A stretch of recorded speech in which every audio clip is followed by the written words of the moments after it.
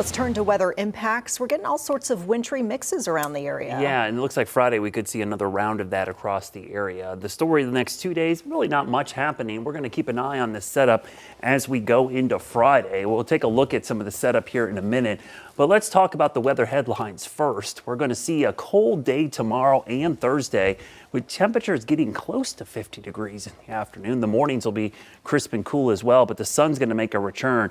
Now, Friday, we're likely going to see a wintry mix along Interstate 40. So some of our northern counties, this definitely looks like a much higher chance than what was this morning, was basically just a cold rain, but it was a heavy rain this morning. The difference for Friday will be a lighter amount, but colder air in place. Speaking of cold, you see the forecast tomorrow. Most areas in the upper 40s to near 50, but the brilliant part about tomorrow will be the sunshine, making it feel much better. So the wintry timeline for possibly Friday would be early in the morning until about midday. The main impacts probably going to be a little bit of a wintry mix, maybe a few slick spots depending on how much falls and where.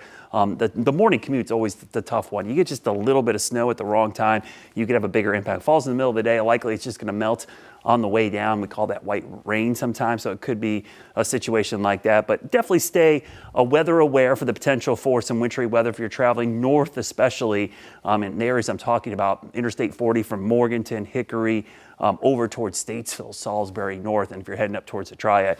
Cold air damming, it's been in place the last 24 hours. It'll be in place again by the end of the week. The difference by Friday, there's much more cold air in place to the north and now snowpack. So this wedge is a little bit stronger than what we had today. Today was never really a snow threat at all. It was either going to be rain or ice, and most of us were going to see rain. But you can see the cold air just trapped there along Interstate 40. So early Friday, a little bit of snow rain mix should move out fairly quickly, but the front gets active again Saturday. This is going to be mainly rain with a little bit of ice in the mountains, but that'll be a cold rain for Saturday night for the ACC championship game. The areas we're watching right there in pink could be a snow to rain mix, and it could go back and forth a couple times.